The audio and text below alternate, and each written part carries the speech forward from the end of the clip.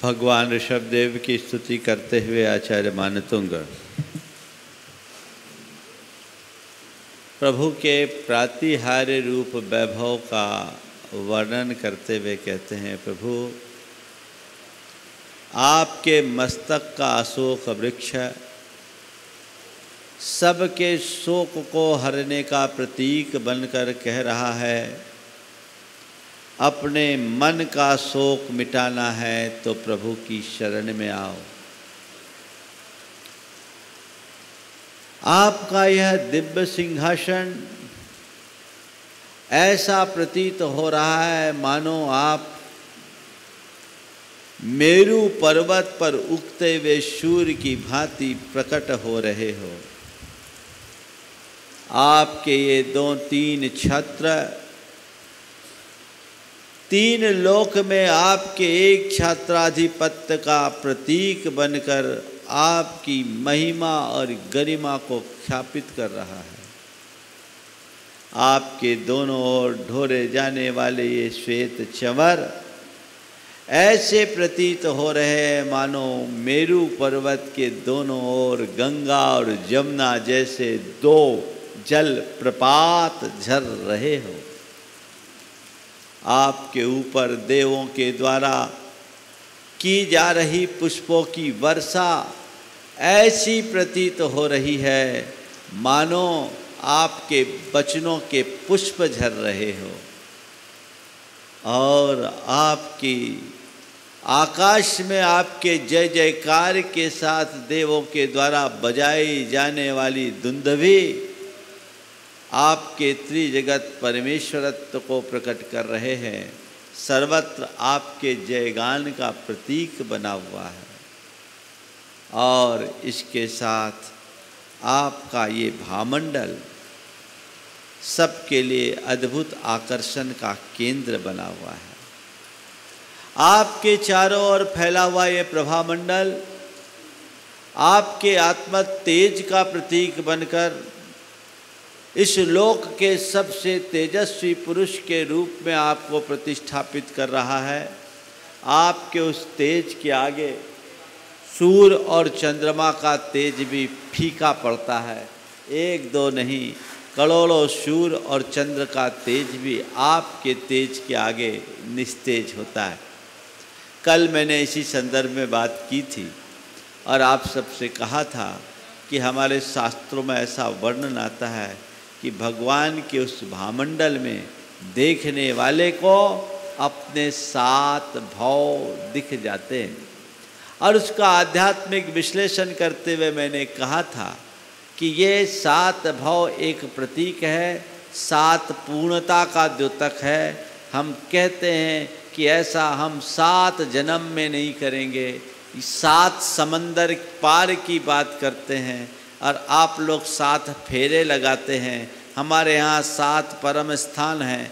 ये पूर्णता का द्योतक है। भगवान के इस दिव्य आभा मंडल में 7 भाव दिखते हैं, ये पता नहीं, लेकिन ये तय है जो भगवान की छवि में अपनी छवि को निहारता है वो अपने जीवन को समग्रता से जान लेता है, इसमें कोई संशय नहीं। 7 भाव का ये भी प्रतीकाशय हो सकता है। और इसकी वैज्ञानिक प्रक्रिया को रेखांकित करते हुए मैंने कहा था कि चेतना के घनीभूत होने पर हमारे ज्ञान के संस्कार किस तरह से उद्घाटित होते हैं। आज पुनः इससे जुड़ी हुई कुछ और बातें, ये भामंडल हमारे लिए किस स्तर तक प्रभावित करता है और इसका स्वरूप क्या है, हम फिर से चर्चा करेंगे। पुनः एक बार उस छंद को दोहरा लें। शुंभत प्रभावलय भूरि विभा विभोस्ते,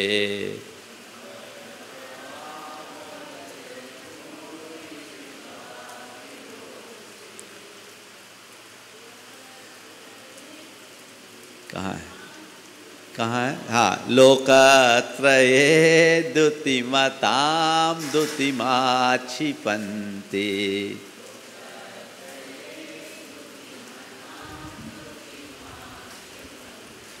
प्रोद्यद्दिवाकर निरंतर भूरि संख्या,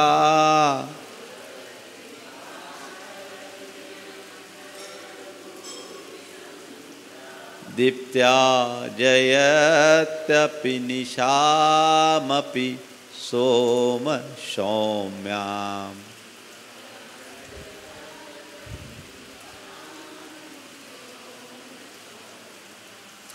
हे भगवान,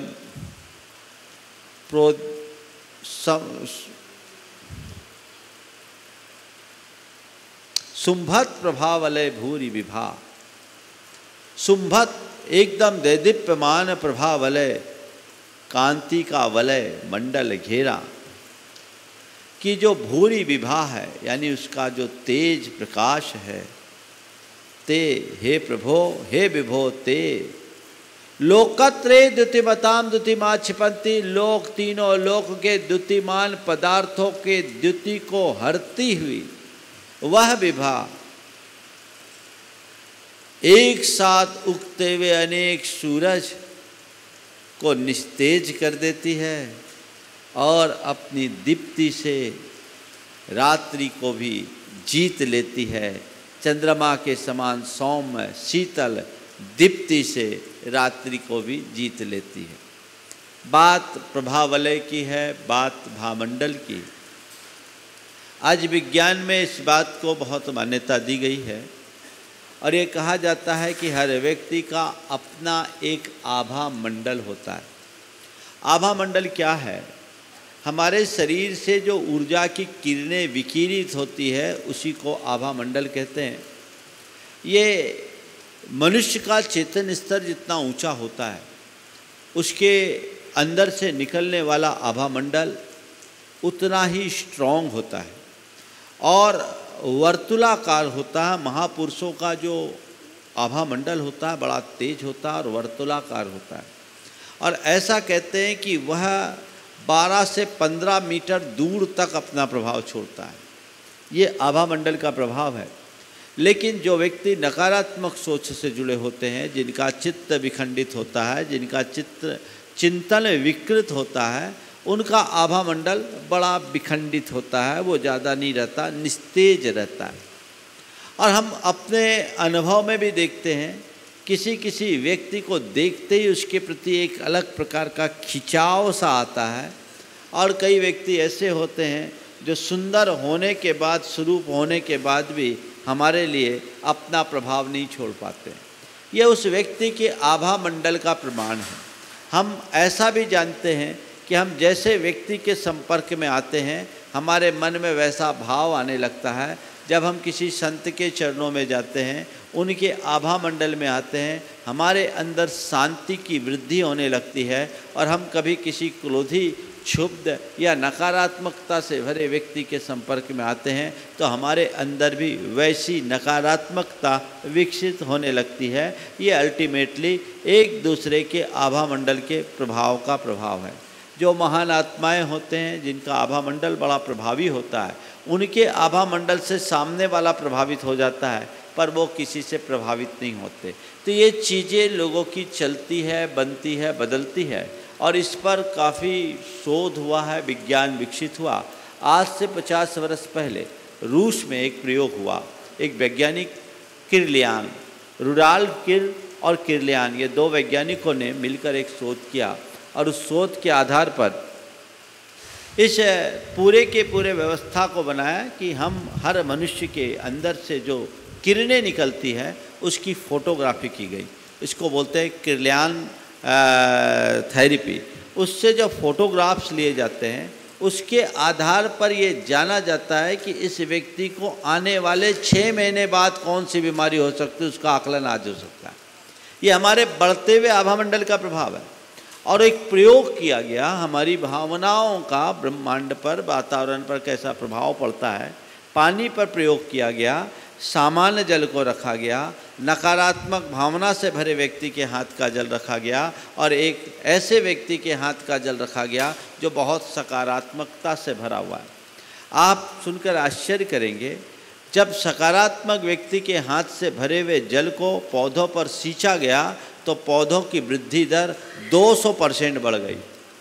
सामान्य जल को सींचा गया तो सामान्य रहा और नकारात्मक भावना से भरे हुए व्यक्ति के हाथ के जल को जब भरा वृक्षों पर, पौधों पर सींचा गया तो वो पानी भी तेजाब का काम करने लगे, वो पौधे जलने लगे। ये हमारी भावना का प्रयोग है। अभी लगभग 15 वर्ष पहले जापान के एक वैज्ञानिक इमोटो, जिसके माध्यम से इमोटोलॉजी नाम का एक सिद्धांत विकसित हुआ, बोसारो इमोटो, उसके नाम से एक इमोटोलॉजी नाम का सिद्धांत विकसित हुआ। और उन्होंने पाया कि हमारी भावनाओं का पानी जैसी वस्तु पर बड़ा गहरा असर पड़ता है, और प्रयोग किया कि पानी को के बोतल में लेबल लगाया गया कि तुम देवदूत हो, तुम्हें धन्यवाद, और दूसरे बोतल में लगाया गया तुम यमदूत हो, हम तुम्हें मार डालेंगे। इस आशय के केवल लेबल लगाए गए पानी के बोतल पर, और उस पानी को -20 डिग्री पर जमाया गया और उसका रवीकरण किया गया। रवाकरण करने के बाद जब माइक्रोस्कोप से उसके फोटोज लिए गए, वो बड़े चौंकाने वाले थे। माइक्रोस्कोप से उसके फ़ोटो लिए गए, वो बहुत चौंकाने वाले थे। उस फोटो में आप सुन के आश्चर्य करेंगे, मेरे पास भी वो फोटोग्राफ्स है, शायद यहाँ हो, मेरे संग्रह में है, जिनमें लिखा गया कि तुम देवदूत हो, तुम्हें धन्यवाद।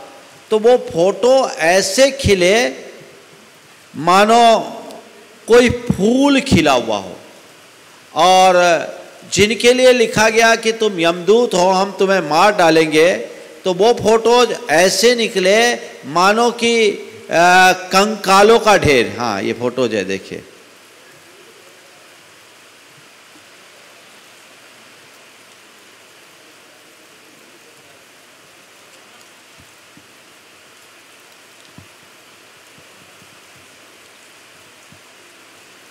ये देखिए, थोड़ा सा इसको दिखाओ, दिख रहा है आप लोगों को? ये ऐसा जिसमें लिखा कि मैं तुम्हें धन्यवाद देता हूँ, तुम्हारे लिए बहुत बहुत धन्यवाद। दिखाओ भाई इसको थोड़ा सा अच्छे से। और ये है जैसे खिला हुआ फूल, ये एक चित्र है, दिख रहा है आप लोगों को?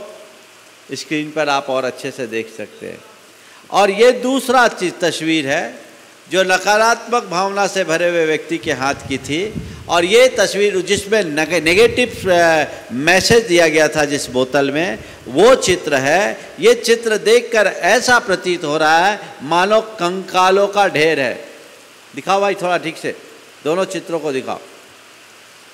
पहला चित्र, ये चित्र है जो फूलों जैसा दिख रहा है, खिला हुआ, और ये चित्र है जो कंकालों की ढेर की तरह दिख रहा है। एक लंबे प्रयोग के माध्यम से निश्चित किया गया कि हमारी भावनाओं का प्रकृति पर कितना प्रभाव पड़ता है। तो ये प्रभाव किस चीज़ का है? हमारे शरीर से निकलने वाली ऊर्जा तरंगों का है। यही भामंडल है। और ये भामंडल का आजकल तो फोटोग्राफी लिया जाता है, मनुष्य के आभा मंडल का फोटोग्राफ लिया जाता है। अभी 2 दिन पहले डॉक्टर मयंक बड़जात्य आए थे, उनके पास एक इक्विपमेंट था। उन्होंने हमारी ओरा का चित्र लिया यहाँ से जाने के बाद, और चित्र लेने के बाद चित्र दिखाया तो बहुत अच्छा था, जैसा होना चाहिए। और उसके बाद मैंने थोड़ी देर के लिए ध्यान किया, कुछ सेकेंड मिनट के लिए, और उसके बाद फोटोग्राफ्स लिया, उसमें और बड़ा परिवर्तन आ गया। तो मनुष्य की भावनाओं के परिवर्तन से ये सब परिवर्तन होता है। हमारे संपर्क में एक डॉक्टर प्रद्युमन जैन, वो उनका बड़ा अलग विज्ञान है, और वो ओरा स्कैन करते हैं 6 वस्तुओं का, मकानों का, व्यक्ति का। वो भी पूरे फोटोग्राफ्स लेते हैं। तो हमारे शरीर में जिस व्यक्ति का जैसा लेवल होता है उसका ऑरा वैसा बनता है। जो व्यक्ति बहुत शांत, सक्रिय और सहज प्रवृत्ति के लोग होते हैं उनका ओरा बड़ा स्ट्रॉन्ग होता है, और जो लोग नकारात्मक होते हैं, जिनका चित्त चंचल होता है, जिनके अंदर की कसाएं तीव्र होती है, उनका जो ओरा होता है वो बड़ा नकारात्मक होता है, उसमें डार्कनेस होते हैं। जो सही व्यक्ति होते हैं येलो और वाइटनेस ओरा में ज़्यादा आता है, वो ओरा बड़ा प्रभावी ओरा बनता है। तो उन्होंने लिया, हमारा स्कैन किया और किया। एक व्यक्ति बड़ा गुस्सैल था, उसका ओरा लिया तो बिल्कुल एकदम डार्कनेस आ गया, काला काला काला काला। आप सुनकर आश्चर्य करोगे, मैंने उसे बिठाल करके 15 मिनट थोड़ा ध्यान कराया, ओंकार का नाद कराया, ध्यान कराया, और 15 मिनट के ध्यान के बाद जब वो शांत हुआ फिर लिया तो देखा तो उसमें 50% कलर फेंट हो गया था, माने वो रंग हल्का हो गया। तात्पर्य क्या है? हमारी भावों का प्रभाव पड़ता है। और जैन कर्म सिद्धांत की भाषा में हम कहें तो हमारे यहाँ एक शब्द आता है लेस्या। लेस्या क्या है? रंग है। ये लेस्याएँ हमारी बनती और बदलती है। जैन शास्त्रों में ऐसा वर्णन आता है कि जो व्यक्ति जिस प्रकार की लेस्या का प्रधानी होता है उसका व्यक्तित्व तो वैसा बन जाता है। हमारे यहाँ 6 लेस्याएँ बताई गई है, कृष्ण, नील, कापोत, पीत, पद्म और शुक्ल। ये जो 6 लेस्याएँ हैं इनमें से पीत, पद्म और शुक्ल ये 3 लेस्याएँ शुभ लेस्या हैं जो लाइट कलर के प्रतीक बताए हैं, और इसके अलावा कृष्ण, नील और कापोत ये 3 अशुभ लेस्याएँ हैं जो डार्कनेस को बताते हैं। ये शुभ और अशुभ लेस्याएँ हमारे व्यक्तित्व को पूरी तरह से प्रभावित करते हैं। जो व्यक्ति जैसी लेस्या वाला होता है, अशुभ लेस्या वाला व्यक्ति प्राय झगड़ालू होता है, बैर बांध कर रखने वाला होता है, अपनी प्रशंसा चाहता है, दूसरों की आलोचना करना चाहता है, थोड़े से चढ़ा दो तो चने पर चढ़ जाता है, कभी किसी से कोई गलती हो जाए तो उसे कभी माफ़ करने की प्रवृत्ति नहीं रखता, उसकी सोच बड़ी नकारात्मक होती है, वो बहुत ज़्यादा अहमन्यता से भरा रहता है, उसके अंदर लालच और लिप्सा बड़ी प्रगाढ़ होती है। ये कृष्ण, नील और कापोत लेस्या से प्रभावित व्यक्ति के लक्षण बताए गए, यानी ये नकारात्मकता से भरे हुए व्यक्ति की बात है। यदि मैं व्याख्यान करूं तो एक एक दिन एक एक लेस्या से जुड़े हुए व्यक्ति की बात कर सकता हूं, पर मुझे अपनी बात को पूरी करना है। केवल मैं बात आपसे ये कह रहा हूँ कि हमारे शास्त्रों में कितना सूक्ष्मता से विवेचन किया गया है जाने।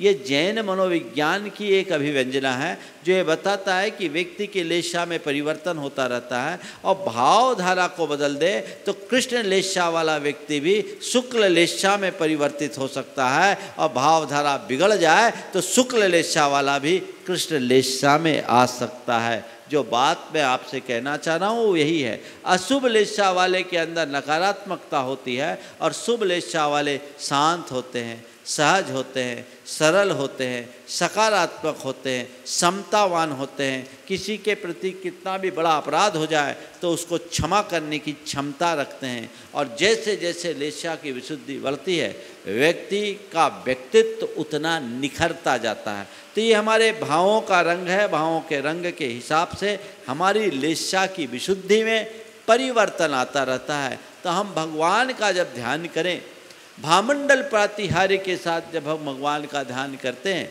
तो उस ध्यान के बदौलत हमारी लेस्या विशुद्धि बढ़ती है, हमारी भाव विशुद्धि बढ़ेगी।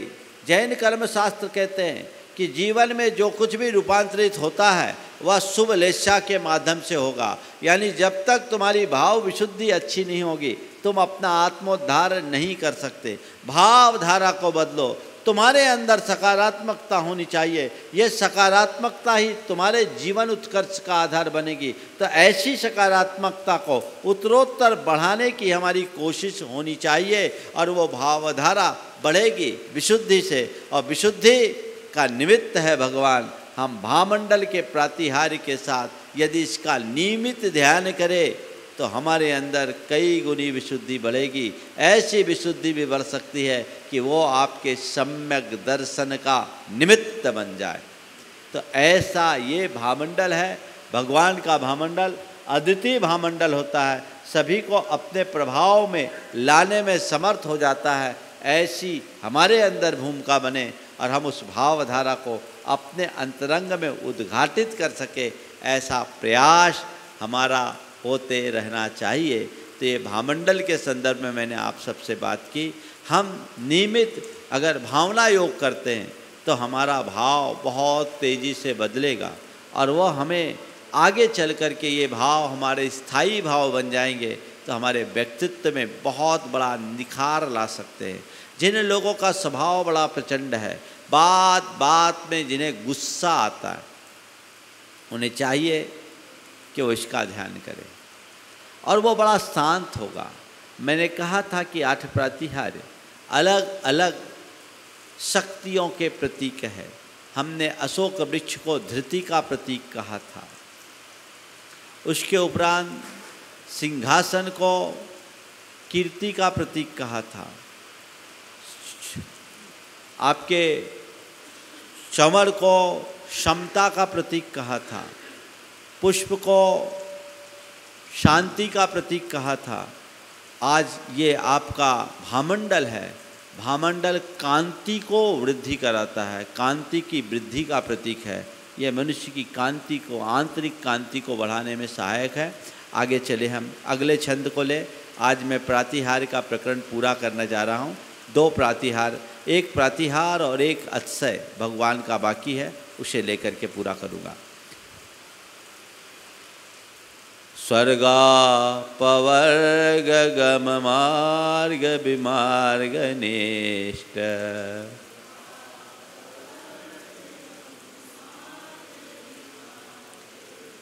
सद्धर्म तत्व कथनैक पटुस्त्रिलोक्या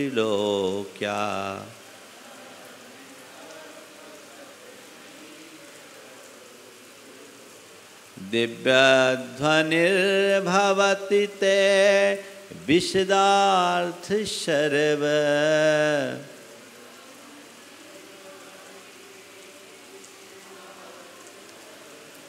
भाषा स्वभाव परिणाम गुणैः प्रयोज्य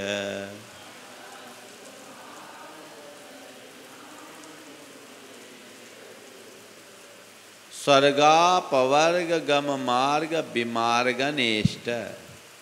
स्वर्ग और अपवर्ग में गम यानी जाने के, मार्ग को विमार्गन यानी बताने में जो इष्ट है, सक्षम है।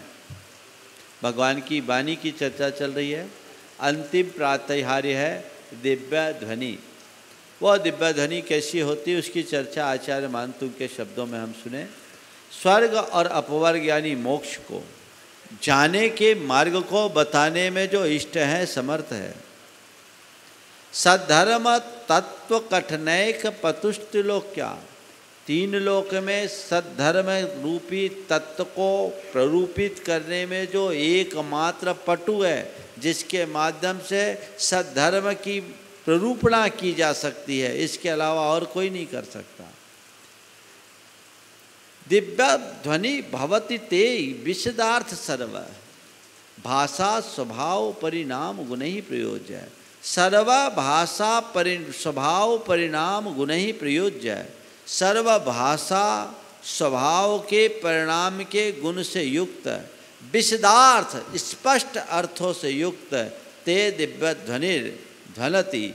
आपकी दिव्य ध्वनि सब तरफ गुंजायमान होती है। आपकी दिव्य ध्वनि सब तरफ होती है। हम लोग जो प्रवचन दे रहे हैं ये माइक के माध्यम से सब तरफ जा रहा है और चैनल के माध्यम से 120 देशों में जा रहा है। ये दिव्य ध्वनि है, दिव्य ध्वनि नहीं है, ये हम लोगों का प्रवचन है। पर आज टेक्नोलॉजी के माध्यम से हमारी बात को सारी दुनिया में पहुंचाई जा रही है। तीर्थंकरों के काल में भी एक टेक्नोलॉजी थी। उनके दिव्य ध्वनि को उनकी भगवान जो बोलते उपदेश देते हैं, एक तो सबसे पहली बात ध्यान के रखने की है, भगवान की वाणी ओंकारात्मक होती है। कैसी होती है? वो एक प्रकार की नाद होती है और उस वाणी को देवगण, मागध जाति के देव होते हैं, वो सर्व भाषा रूप परिणमा देते हैं। और ऐसी वाणी होती है कि सभी लोग उसे अपनी अपनी भाषा में समझ लेते हैं। मनुष्य क्या, पशु पक्षी भी समझ लेते हैं।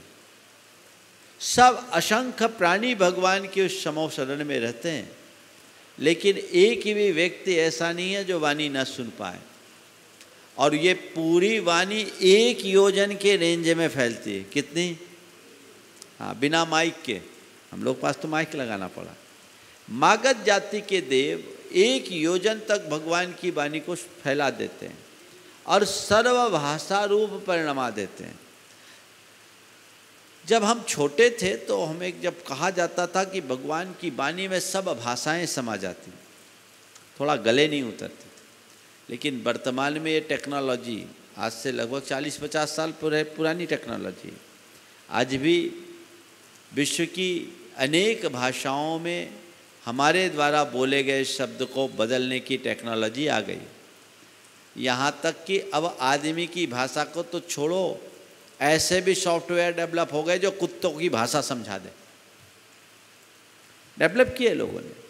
तो इस तरह की टेक्निक आ गई जिसमें एक ही व्यक्ति की बात को अलग अलग भाषा में समझा जा सकता है। लेकिन ये टेक्नोलॉजी सीमित है।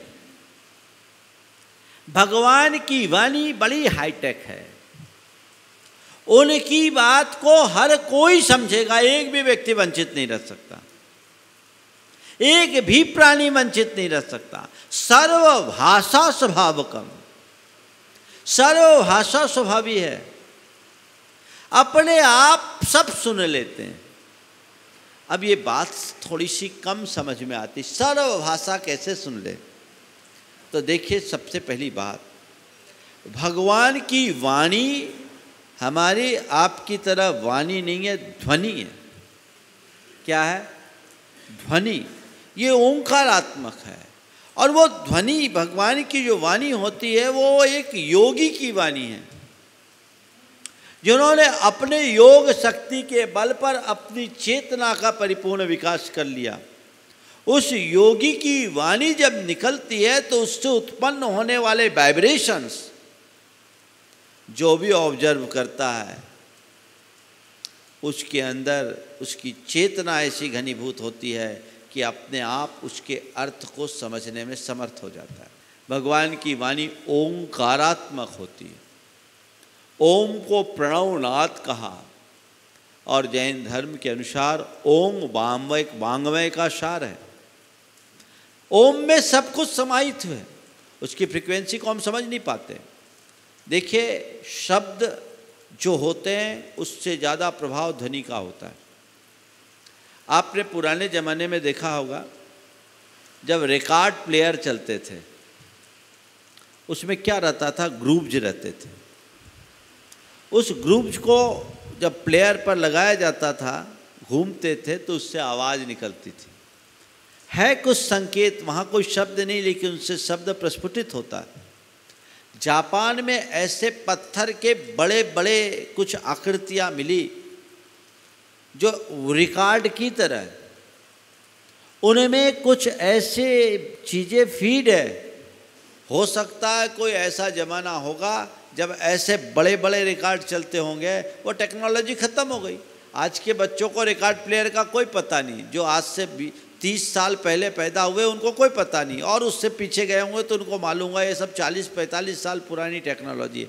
तो अभी हमारे हाल में ही देखते देखते टेक्नोलॉजी में परिवर्तन हुआ। एक समय ऐसी टेक्निक होगी तो उस पत्थर पर अंकित ग्रूव्स को शब्द में परिवर्तित कर देने की क्षमता लोगों के पास थी। तो भगवान की ध्वनि को श्रद्धा से सुनने वाले की बात भाषा में परिवर्तित हो जाए, इसमें कोई आश्चर्य जैसी बात नहीं है, ये सहज है। और देवों के पास ऐसी टेक्नोलॉजी थी, वैसी टेक्नोलॉजी के माध्यम से अपनी बात को प्रसारित करते थे। तो भगवान की वाणी के लिए कहा गया सर्वभाषा स्वभावी। आप लोग रोज पूजन में बोलते हैं 10 अष्ट महाभाषा समेत लघु भाषा 7 शतक सुचेत, 18 महाभाषा और 700 लघु भाषाएं सब भगवान की वाणी में समाहित हो जाती, क्योंकि वो ध्वनि है। इसीलिए ध्वनि का पर्टिकुलर एक भाषा रूप नहीं है, इसलिए उसे सर्वभाषा रूप कहा। तो ये ओंकारात्मक है, ओंकार की बड़ी महिमा है। ओंकार में पंच परमिष्टि का समावेश है। अरिहंत का, सिद्ध को अशरीरी बोलते हैं उनका अ, आचार्य का आ, उपाध्याय का उ और साधु मुनि का म, सब मिला लो तो क्या हो गया? आ और उ, ओ और आखिर का म, ओम। ओम में त्रिलोक है, अधोलोक, ऊर्ध्वलोक, मध्यलोक। अधोलोक का अ, ऊर्ध्वलोक का उ और मध्यलोक का म मिला दो तो ओम में त्रिलोक आ जाता है। ये ओंकारमयी भगवान की ध्वनि है जो सबको फैलाती है और हमें आगे बढ़ाती है, जिससे हमारी चेतना का परिष्कार होता है। वो वैसी ध्वनि हमारी है तो भगवान की ये वाणी सर्वभाषा स्वभावी है और ये दिव्य ध्वनि विद्या की वृद्धि करने वाली है। तो इस तरह भगवान के अष्ट प्रातिहार युक्त मुद्रा का ध्यान करे और उस ध्यान की मुद्रा में भगवान की उस ओंकारात्मक वाणी का एहसास करे या ओंकार का नाद करे, तो आपकी मेमोरी पावर स्ट्रांग होगी, भूली हुई बातों को आप याद कर सकोगे और आपकी बुद्धि और विद्या में असाधारण निखार आ सकता है, बशर्ते आप नियमित अभ्यास करें। इस प्रकार भगवान के 8 प्रातिहार हुए। देवकृत 14 अतिशय होते हैं भगवान के। उनमें से एक अतिशय को प्रतीकात्मक रूप में आचार्य मानतुंग ने लिया है। जब भगवान विहार करते हैं तो वो बड़ी अद्भुत छटा होती है और उस अद्भुत छटा में एक चीज़ को भगवान आचार्य मानतुंग ने जोड़ा है, वो है कमल बिछने की। जब सब थोड़ा सा एक क्षण में भगवान के विहार के झलक को अपने मानस में रखे, जब भगवान का श्री विहार होता है तो भगवान कैसे विहार करते हैं, भगवान का श्री विहार होता है तो भगवान किस रूप में विहार करते हैं, ये झलक हम थोड़ा सा देखें। जब भगवान का विहार होता है सबसे आगे आगे, एक शब्द चित्र खींच रहा हूँ, बिहार के झलक को देखना, और ये बिहार का साक्षात अनुभव तो आपको गुणायतन में होगा। जब गुणायतन बनेगा तब आप भगवान का साक्षात बिहार देखेंगे। ये बिहार जब भगवान चलते हैं तो सबसे आगे धर्म चक्र, 1000 आरो वाला देव रक्षित व धर्म चक्र आगे आगे चलता है, जो भगवान के सर्व विजयी होने का प्रतीक बन करके चलता है।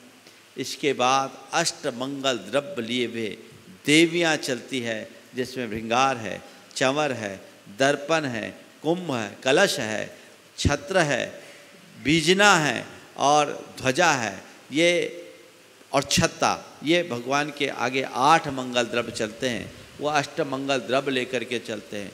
और फिर चारों निकायों के देव बड़े आनंद उत्सव के साथ चलते हैं। गंधर्व गीत गाते हैं, किन्नरियाँ नृत्य करती हैं, कहीं मृदंग बजते हैं, कहीं बांसुरी बजती है, कहीं सहनाई बजती है, और चारों निकायों के देव आनंद उत्सव के साथ घोर सब प्रकार के वाद्यों के मध्य पंक्तिबद्ध एक सैलाब की तरह धरती पर चलते हैं।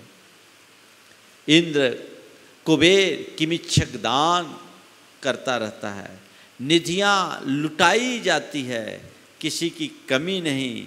और फिर भगवान चलते हैं, भगवान के आगे सच्ची आदि 8 देवियाँ अष्ट मंगल द्रव्य लिए हुए होती हैं। इंद्र भगवान के बाजू में चलता है और भगवान के पीछे गणधर आदि मुनीन्द्र, और फिर उसके बाद अन्य श्रावक श्राविकाएँ होते हैं, राजा महाराजा होते हैं, पशु पक्षी चलते हैं। ये भगवान के विहार का एक छोटा सा दृश्य दिया। और जहाँ भगवान के पैर रखे जाते हैं वहाँ क्या होता है, ये आगे इस छंद में। उन्नीद्र हेम नव पंकज पुंज कांति,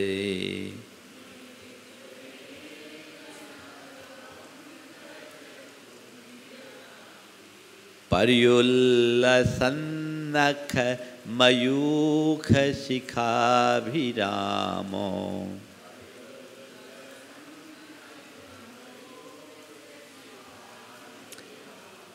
पादौ पदानि तव यत्र जिनेन्द्र धत्तः,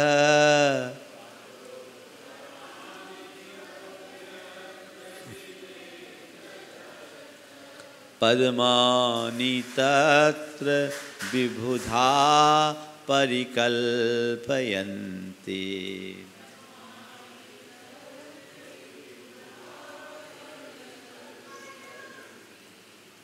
हे भगवान, जब आप विहार करते हैं तो हमने सुना है आपके प्रत्येक चरण में स्वर्णमय कमल खिलते हैं। वो कमल की संरचना कैसी होती है, कमल कैसे खिलते हैं, इसका वर्णन देखिए। उन्नीद्र हेम नव पंकज पुंज कांति। उन्नीद, उन्नीद यानी जिसकी नींद खुल गई, यानी खिले हुए। क्या? खिले हुए। सांझ ढलती है, कमल सो जाते हैं, उनकी पाखुड़ियाँ मुकलित हो जाती, और सूरज उगता है, कमल खिल जाते हैं, यानी जाग जाते हैं। तो उन्नीद्र का मतलब खिले हुए। हेम नव पंकज पुंज कांति। नव यानी नए, पंकज यानी कमल के, पुंज यानी समूह के, कांति कैसे? स्वर्णमय। हेम खिले हुए स्वर्ण के नए नए कमलों के समूह की जो कांति है, एकदम दैदीप्यमान कमल, स्वर्णमय कमल के जिसके पत्ते हैं, पाखुड़ियाँ है, और पर्युल्लसत नख मयूख शिखा भी नामो। अरे नीचे तो कमल है, अब भगवान के नाखूनों से पर्युल्ल सन्नख, पर्युल्लसन यानी एकदम निकलती हुई, चमकती हुई नख की, मयूख यानी नख से जो किरणें हैं उसकी शिखा से अभिरामों, जो बड़ी और अभिराम बन गई है, सुंदर बन गई है। नाखूनों से किरणें निकल रही है और किरणों का रिफ्लेक्शन उन पुष्पों पर पड़ रहा है, तो और नयनाभिराम हो गया। ऐसे कमलों के समूह हे जिनेन्द्र तौ यत्र पादौ पदानि धत्तः। आपने अपने दोनों चरणों को जहाँ धत्ता यानी रखा, तत्र विबुधा, वहाँ इंद्र लोग पद्मानि परिकल्पयन्ति। पद्मानि यानी कमलों को, परिकल्पयन्ति यानी खिला देते हैं। हे भगवान, आप जहाँ अपने चरण रखते हैं वहाँ खिले हुए स्वर्णमय पाखुड़ियों वाले कमलों को, जिनकी कांति बड़ी दैदीप्यमान है और आपके नाखूनों की कांति से जो और अभिराम हो गए हैं, ऐसे कमलों को खिला देते हैं। ऐसे कमल खिला देते हैं। ये कमल है, ये कमल की रचना है। कई बार जब ये बात आती है, हमारे शास्त्रों में ऐसा लिखा, पहले तो दो बातें इसमें समझ ले जो आगम के संदर्भ में विचारने योग्य है, कि भगवान जो चलते हैं तो उनका पाद चाप होता है, हमारी तरह स्टेपिंग करते हैं। कुछ लोग कहते हैं भगवान अधर में चलते हैं, गलत बात। पादौ पदानि तव यत्र जिनेन्द्र धत्तः। दूसरी बात, ये कमल खिलते हैं तो ये इस बात का द्योतक है कि भगवान का विहार धरा पर होता है, ऊर्ध्व आकाश में 5000 धनुष ऊपर नहीं। आचार्य समंत भद्र महाराज ने भी कहा, भूरपि रम्याय प्रतिपदमासी जात विकोसाम भुज मृदुहासा। ये धरती भी आपके प्रत्येक चरण कमल में रमणीय हो जाती, और उस समय उत्पन्न हुए कमलों से ऐसा प्रकट होता मानो वो हंस रही हो, मृदुहास प्रकट कर रही।